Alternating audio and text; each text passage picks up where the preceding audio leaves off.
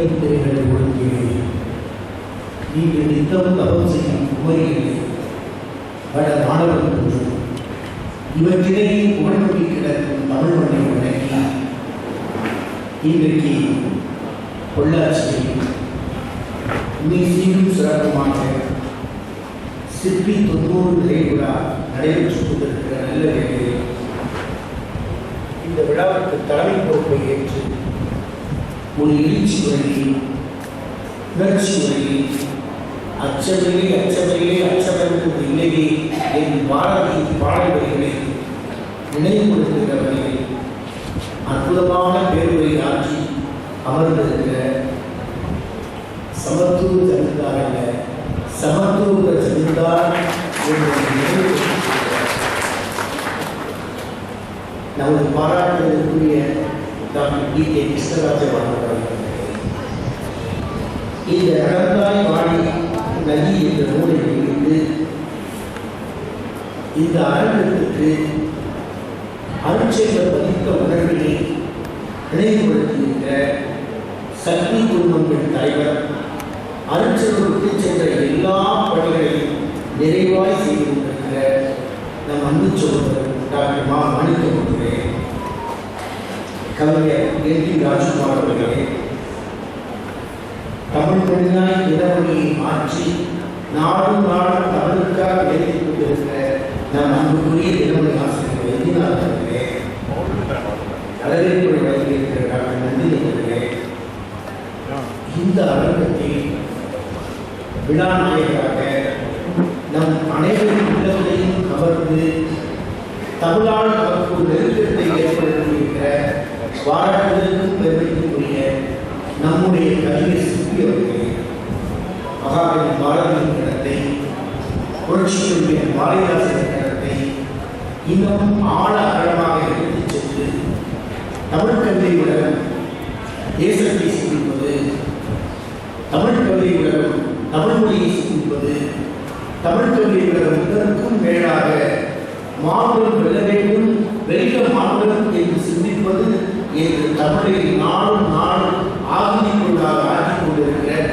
நம் விழா நாயகர் 90 தொட்டாலும் இன்றைக்கும் அவர் இளமையாய் எப்போதும் எல்லோரிடம் அன்பாய் வளர்கிற அந்த பாச பார்வையை இந்த அரங்கத்தில் உடையும் போது கூட ஏராளமான படிக்கட்டில் காண்பிக்க நாம் சற்று யோசித்தோம்.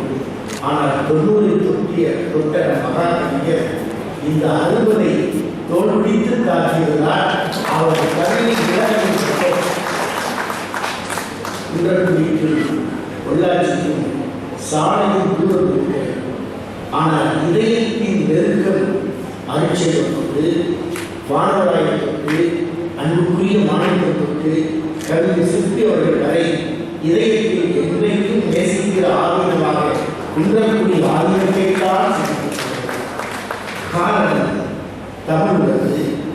எல்லாவற்றையும் தாண்டிய மனித நேயம் உள்ளது. இன்றைக்கு நாம் சிந்தித்து பார்க்கிறோம். 2002 உலகமே மிகவும் ஆச்சரியப்படத்தக்க வகையில் ரோம்களில் போப்பாண்டவரை சந்தித்து வந்த ஒரு நல்லிணக்க நாயகர் தான் நாம் சமத்துவ ஜமீன்தார் பாராட்டுவதற்குரிய இந்த புரிவர்களே. பாரதியின் நேசத்தான் சிற்பி, பாரதி தன் ஆன்ம நாயகராக கொண்டவர் தான் நம் கவிஞர் சிற்பி அவர்கள். தேசத்தன்மை பாரதமாக காந்தியடிகளை பற்றி உணர்ச்சி பூர்வமாக எழுச்சி பூர்வமாக சத்தியத்தின் வார்த்தைகளை பேசினார். நம் பாராட்டுதலுக்குரிய வாழ்வார்கள். மகாத்மா காந்தி உலகமே அவரை பார்ப்பதற்கு காத்திருக்கிறது. அவர் விழியசைக்கும் விரலசைக்கும் உலகம் காத்திருக்கிறது. அவர் விழியசைத்தால் விரலசைத்தால் கோடிக்கணக்கான மக்கள் எழுந்து நிற்பார்கள். அந்த காந்தியர்கள் பாதித்த தமிழர்கள், காந்தியினால் ஈர்க்கப்பட்ட 2 தமிழர்கள் யார் என்றால், ஒருவன் மகாகவி பாரதி, இன்னொருவன் ஜீவா. இன்னும் 2-3 நாட்களில் குன்றக்குடிக்கு அருகே சிராவையே என்ற கிராமம், அந்த கிராமத்தில் ஒரு ஆசிரமம், அந்த ஆசிரமத்தை நடத்தியவரை பார்க்க வேண்டும் என்று மகாத்மா காந்தி விரும்பினார். அவர் அவர் சனத்தில் கேட்டார், உங்களை பார்த்து கோடிக்கணக்கான பேர் காத்து கிடக்கிறாங்க, அந்த எளிய ஆசிரமத்துக்கு இந்த ரோகனா குன்றக்குடியிலிருந்து 5 கிலோமீட்டர் தொலைவில் உள்ள ஸ்ராவய கிராமத்தில் நடத்திய ஆசிரமத்தை நோக்கி காந்தியடிகள் போனார். அந்த ஆசிரமத்தை நடத்தும்போது தன்கையால் 410,000 மூளை பரிசா தந்தார் காந்தியடிகள். அதை வாங்கிட்டு காந்தியடிகள் ஆச்சரியமாக சுத்தி வருது. அந்த மனிதர் சொன்னார், தேசம்தான் சொன்னார். காந்தியடிகள் சொன்னார், இல்லை ஜீவா, நீங்கள் தான் தேசத்தின் சொத்து. இப்படித்தான் காந்தியடிகள் உள்ள அவராட்சியார் நம்ம ஒன்றில் அலட்சியப்பட தந்தையார். அப்படி காந்தியடிகள் இருப்பவர்கள் முக்கியமானவர். அந்த நிலையிலே தான் இன்றைக்கு பாரதியினுடைய பாதிப்பும் காந்தியடிகளுக்கு இருந்தது. எப்படி சென்னைக்கு வந்தார்கள், காந்தியடிகளை பாரதி சந்திக்கிறார். பாரதி காந்தியடிகள் சந்திப்பு. பாரதி கேட்கிறார், இன்னைக்கு மாலையில் ஒரு திருவள்ளுவருக்கு கலெக்டரை ஒரு பொதுக்கூட்டம் வச்சிருக்கேன், நீங்கள் வந்து தலைவர். காந்தியடிகள் உதவியாளர் கூப்பிட்டு நாட்டியத்தை பார்க்க சொன்னார். நாட்டியத்தை பார்த்துட்டு சொன்னார், இன்னைக்கு வாய்ப்பிலேயே நாளைக்கு வச்சுக்கலாமா? வேகமாக இருந்தார் பாரதி. சாரி மிஸ்டர் காந்தி அவர்களே, இன்றைக்குத்தான் அந்த பொதுக்கூட்டம் நடைபெறும். உங்களுக்கு பதிலாக நானே அந்த கூட்டத்திற்கு தலைமை தாங்கவே என்று சிங்க நடைபெற்று வெளியே போனார். அதிர்ந்து போனார். யார் எதிர்த்து கேட்டார், இவர்தான் எங்கள் தேசிய கவி என்று அறிய சொன்னார். நாமும் பாதுகாக்கப்பட வேண்டியவரை பத்திரப்படுத்தி வையுங்கள் என்றார் காந்தியடிகள். நாமும் காந்தியடிகளின் பாதுகாக்க தவிர்ப்போம், பாரதியின் பாதுகாக்க தவிர்ப்போம். அந்த பாரதியின் கடத்தை, புதுவெளி காட்டிய புலவர் பாரதியின் கடத்தை, இன்றைக்கும் அந்த தமிழ்கவி கடத்தை தொழிலில்லாமல் முயற்சி செய்வதுதான் நம் கவிஞர் சிற்பியவர். பாரதியாகவே தன்னை ஆக்கிக் கொண்ட புரட்சி கவிஞர், வணங்கா முடித்து சொந்தக்காரர். அவர் பாடுகிறார், பாட்டை திறக்க வந்த பாலசுப்ரமணியன் பாடியவே பாடியவே சிறிய பாடல். எப்ப இளம் வயதில் முதல் கவிதையை பெற்றுக்கொண்டு பாராட்டுகிறார். ஐயா சொன்னாங்க, செய்தி சொன்னார், பாட்டை திறக்க வந்ததை இட்டு விட்டு போச்சு எழுதுறாங்க. ஏன்னா கவிஞருக்கு அப்போது எழுதுவதற்கு வாய்ப்பு இல்லாதனால ஐயாவே எழுத சொல்லி கேட்டுக்கிறார். அப்போ பாட்டை திறக்க வந்ததை இட்டு போட்டுட்டாங்க. அப்போ எனக்கு தெரியாதா, இட்டு போடுறது இது சாதாரண பாட்டு இல்லை, தமிழ் பாட்டை, தமிழ் பாயை திறக்க வந்த பாலசுப்ரமணியன் வாழ்வை நான் புரட்சி கவிஞரே, தமிழ் பாதையை திறக்க வந்த புதிய பாரதி என்று சிற்பி அன்றைக்கு பாராட்டிய பாராட்டுகளை இன்று வரை ஒரு காலத்தில் தமிழ்மொழி யாரால் நடக்க அருமையாக சொன்னாங்க. தமிழ்மொழி உணர்வு யாருக்குமே கிடைக்காத நம்பிக்கை அதிகம் கிடைக்கிறது. அதிகம் அதை தாண்ட விரும்பவில்லை. யாருக்கு கொடுக்கிறாரு? அவை மூதாட்டி கொடுக்கிறார். இதற்காக அந்த மூதாட்டி இந்த மண்ணிலே நெடுங்காலம் வாழ வேண்டும் என்பதற்கல்ல, நம் அருமை தமிழ்மொழி இந்த மண்ணிலே நெடுங்காலம் வாழ வேண்டும். அங்கே நம் தமிழ்மொழி மன்னர்களால் போற்றப்பட்டது, அரண்மனைகளில் ஆராதனை செய்யப்பட்டது. அதற்கு ஒரு எழுச்சிக்கான 7ஆம் நூற்றாண்டு ஒரு இருண்ட காலத்தை எதிர்த்த ஒரு போராட்டம். அந்த போராட்டம் மதுரையில் எழுச்சி வருகிறது. ஒரு முறையில் ஞானசம்பந்த பெருமான், இன்னொரு முறையிலே சமணர்கள். போராட்டம் யாருக்கு கேட்கிறார்? போராட்டத்தின் வெற்றி யாருக்கு கேட்கிறார்? சேர்க்கிறார். தேர்தல் ஆணையத்தை கூட நடுமுறையோடு சொல்கிறார். ஒரு முறையில் திருஞானசம்பந்த பெருமான், மறுமுறையில் சமணர்கள். இந்த போராட்டத்தின் வெற்றி யாருக்கு என்று சொல்லும் போது சேர்க்கிறார் சொல்லுகிறார், செழுந்தமிழ் வழக்கு அயல் வழக்கின் துறை இல்லை. இது ஒரு மொழி போராட்டம். எழுத்துக்கும் சொல்லுக்கும் இலக்கணம் பேசிய மொழி அல்ல நம் அருமை தமிழ் மொழி. மக்களின் வாழ்க்கைக்கு இலக்கணம் பேசிய மொழிதான் அருமை தமிழ் மொழி. எதுக்காக இந்த போராட்டம்? எல்லாம் போய், உலகம் போய், வீடு போய், மனைவி மக்கள் போய், உறவுகள் போய், சுற்றம் போய், நட்பு போய், எல்லாம் போய் ஓடு ஓடு இடுகான நோக்கி ஓடு என்று வரட்டுத்தன்மைமிக்க நிலையில் வலிமை பெற்ற போது எப்படி வாழ்க்கை பொய்யாடி போகும்?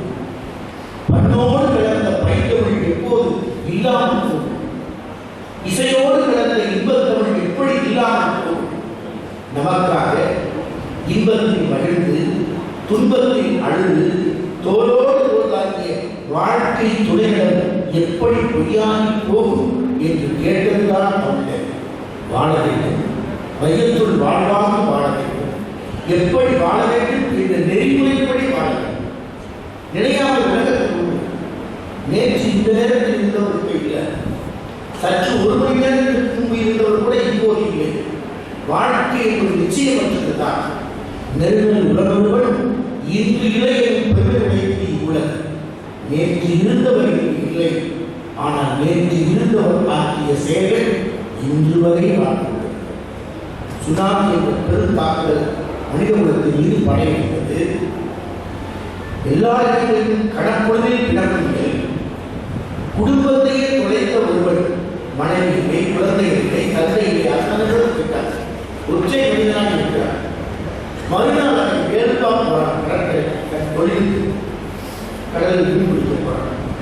ஒரு பெரிய தம்பி நிற்க போறாங்க, கடலுக்கு போறேன், எதுக்கு என் தொழிலுக்கு தான் போறேன், மீன் பிடிக்க போறேன்.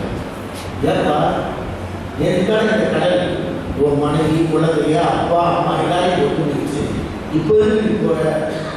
அதற்கு சொன்னான், ஐயா பூச்சிக்கிறாங்க, உங்க அப்பா எப்படி இறந்தாரு யோசிச்சு சொன்னார். வீட்டில் தான் நோயில் வாயில் கொடுத்து இங்கே விட்டார். உங்க தாத்தா அவரும் வீட்டில் தான் வாயில் கொடுத்து நோயிலே விட்டார். ஐயா யோசிக்கிறாங்க, உங்க அப்பாவும் தாத்தாவும் படுக்கையில தான் உயிரை விட்டாங்க. அப்படி நீங்க திறந்த ராத்திரி படுக்கையில் படுத்துங்க.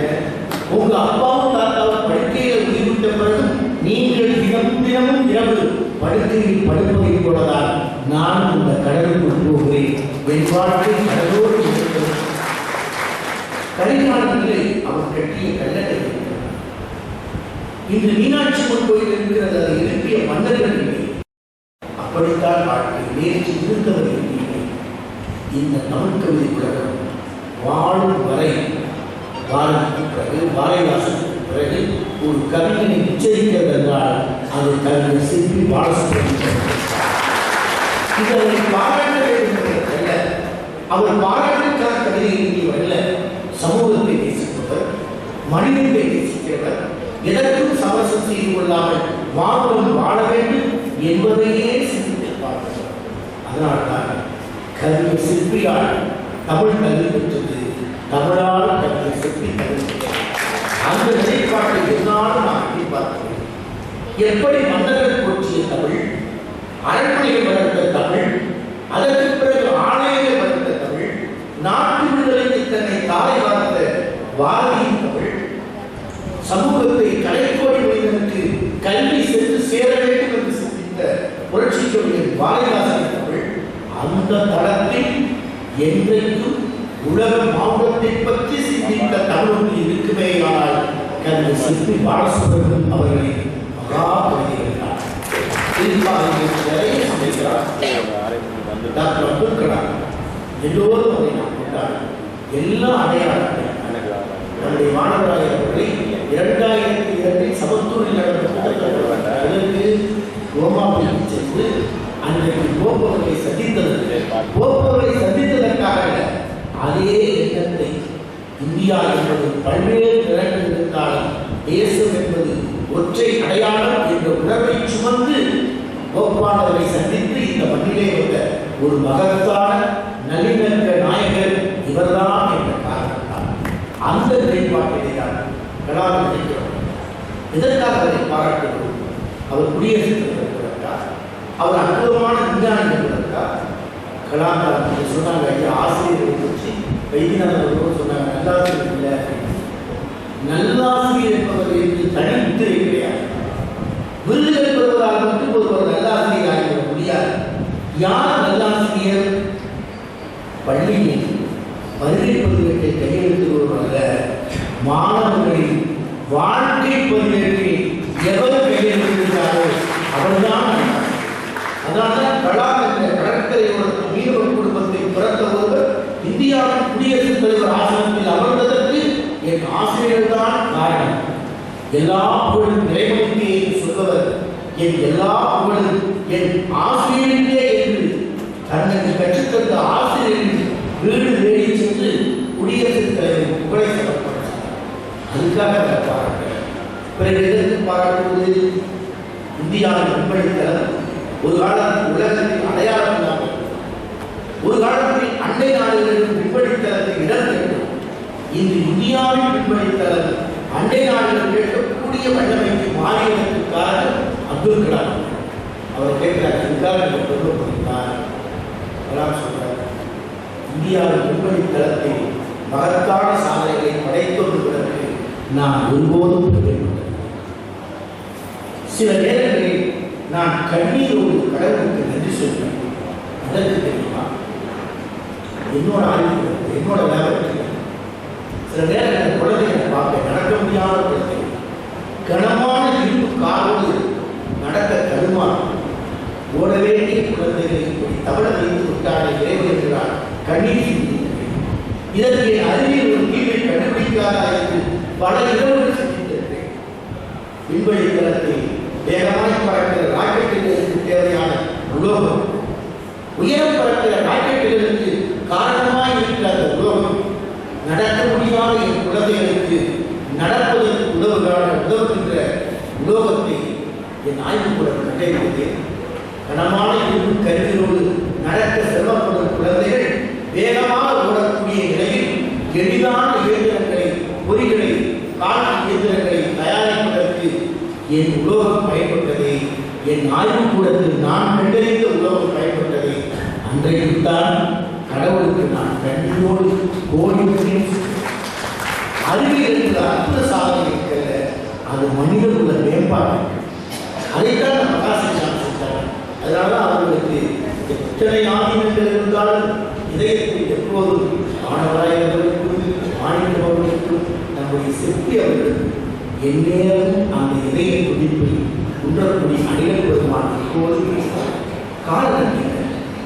ஆன்மீகம் என்பது முழுசாக அது சகலருக்கும் சமமானது. மயிலாடுதுறையில் ஒரு மகேஸ்வர பூஜை, அங்கே போனால் எல்லாரும் உணவு மேதி, உணவு பந்தி சமபந்தியாக இல்லை, சமத்துவ பந்தியாக மகாசரியான உணரக்கூடிய அணிகள் பெருமான் உள்ள போகிறாங்க. சில பேர் சொல்லி எங்கே அவர்களெல்லாம் காரணம், அவருக்கு இந்த இடம் இல்லை, வேற இடம் நினைப்பூர்வமாக அந்த எல்லோரும் என்றைக்கு சரிசமமாக அவர்கள் உண்ண முடிகிறதோ அந்த பூஜையில் தான் நான் கலந்து கொள்வேன் என்று சொல்லிவிட்டு வேகமாக இருக்கிறார். இதைத்தான் குறிச்சி சகல மனிதர்களும் ஒன்றாக இருக்க வேண்டும் என்றுதான் அப்பொழுதுமாக சொன்னார். சாத்தியம் பழவேசி சடுக்கிறார் கோத்திரம் உழவு கூட்டி நெச்சைக்கு தத்தா பாமத்தில் கேட்டார். திருப்பூருக்கு அருகே நோக்கி படையெடுக்கிறார். மந்திரத்தை கேட்டு பல முறை படையெடுத்து 18 முறை வந்து ஏமாற்றத்தோடு திரும்பியவருக்கு மந்திர உபதேசம் கிடைக்கும். கிடைச்ச உடனே வேகமாக கோயில் பதிவு, எந்த கோயில் பதிவு, திருப்பூருக்கு கோயில் பதிவு. ஏன் உரத்து சொல்றார் மந்திரத்தை, உள்நாள் சொல்கிறார். இந்த மந்திரத்தை உலகையே சொல்கிறாரே, இதனால் நீ நரகத்தில் தான் போவார். அவனுக்கு சொல்கிறார், இந்த மந்திரத்தை கேட்டவங்கெல்லாம் எங்கே போவாங்க? இந்த மந்திரத்தை கேட்டவங்கெல்லாம் வைகுண்ட வாசல் கிடைக்கிறது பரவல் கிடைப்பாங்க. கேட்கிற அத்தனை பேருக்கு கிடைக்குமான இந்த மந்திரத்தை கேட்ட அத்தனை பேரும் வைகுண்டத்தின் வாசல் கிடைக்கிறது பரவல் கிடைக்கும். சொன்ன உனக்கு நகை கிடைக்கிறார். அவர் அப்படியே ஆனந்த கூட்டாங்க. கோடிக்கணக்கான மக்கள் வைகுண்டத்தின் வாசல் கடவுளை திறந்து கொண்டு பரவலம் அடைவதற்கு அதற்காக நான் ஒருவன் நரகத்திற்கு போனாலும் பரவாயில்லை என்று சொன்னவன் தான் புரட்சி மூத்த ராமானுஜன். அந்த ராமானுஜனுக்கு மகாகாவியம் படைத்தார். ஆன்மீகத்தின் தளத்திலிருந்து சற்று விலகி இருந்தால் அந்த சமத்துவ மனித புனிதரை போற்றிய பெருமை தமிழால், நவீன தமிழால் போற்றிய புதுக்கவிதை உலகத்தால் போற்றிய பெருமை நம் கவிதை. அதனால்தான் நம்ம மனதில் பேசும்போது சொல்றோம், மகா அந்த மேடையில் சென்னையில் நடந்த அந்த நிகழ்ச்சி பலரும் வந்திருந்தார்கள், சமயத்தவர்கள் வந்திருந்தார்கள்.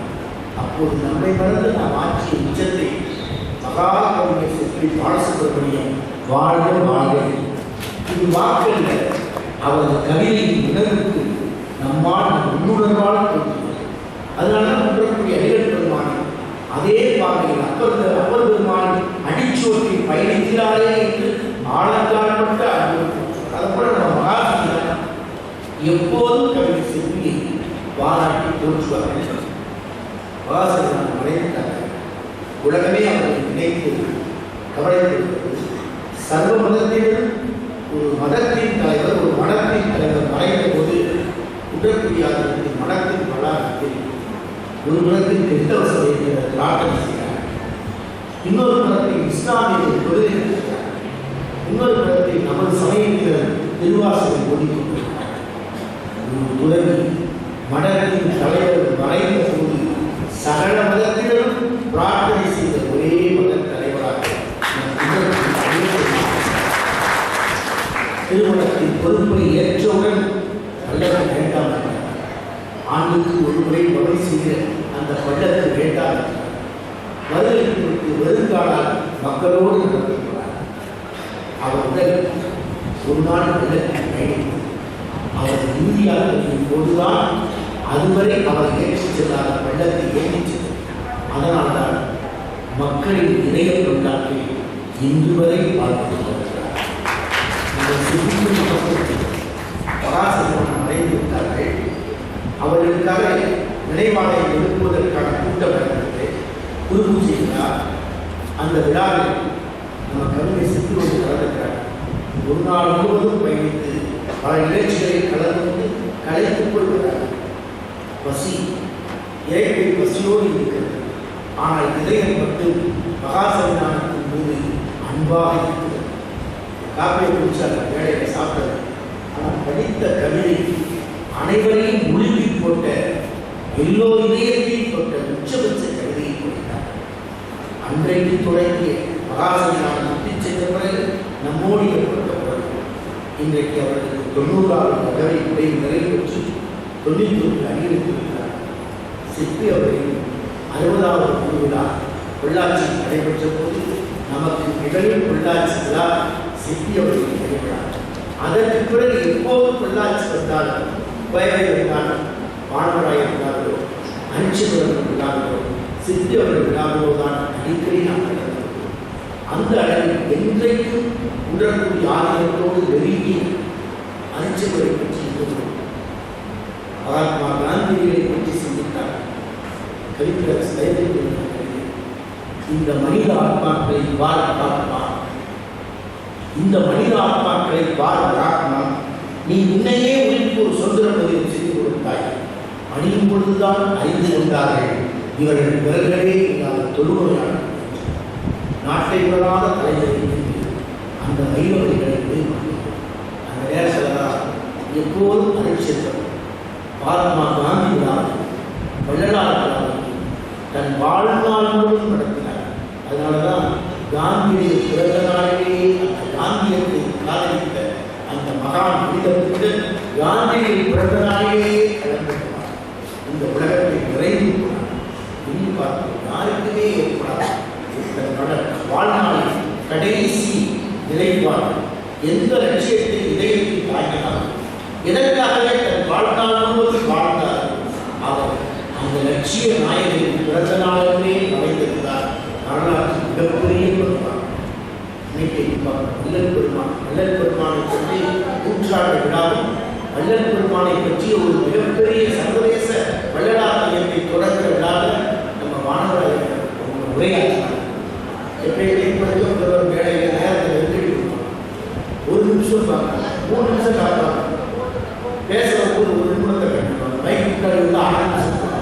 ஆனால் மாணவராக பேச்சை கேட்டு முதல் நிமிஷமே வழக்கமாக வந்து இடைமணிகளை பார்த்து ஏற்பா பேச ஒழுங்கப்பா ஐயா முதல் நிமிஷம் நல்லவர் பேச கேட்பாங்க. சர்வதேச வள்ளலார் சர்வதேசம் நினைச்சு பார்க்கணும். உலகம் பதட்டம் அச்சடி உக்ரைனுக்கு ரஷ்யாவுக்கும் சண்டை, மிகப்பெரிய சண்டை.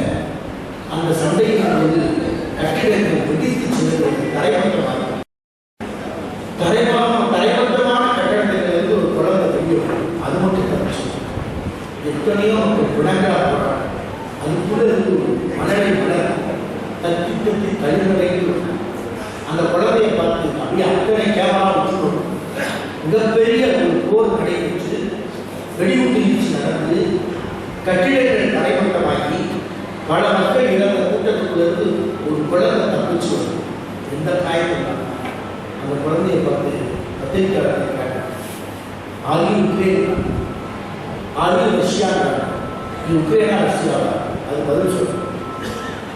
ஆகி கிறிஸ்டின் ஆகி முஸ்லீம் அப்பயே பதில் சொல்லுங்க. கொஞ்ச நேரம் அந்த குழந்தை அழுதுன்னு சொல்லுது, ஐ எம் ஹங்க்ரி. உக்ரைனா ரஷ்யாவா என்பதற்கு பதில் இல்லை, கிறிஸ்தவரா இஸ்லாமியரா என்று கேட்பதற்கு பதில் இல்லை, நான் பசித்திருக்கிறேன் என்று மலரைவர் சொன்னதே அதைத்தான் முதல் பெருமான் பல நூற்றாண்டுக்கு முன்பே சொன்னார்.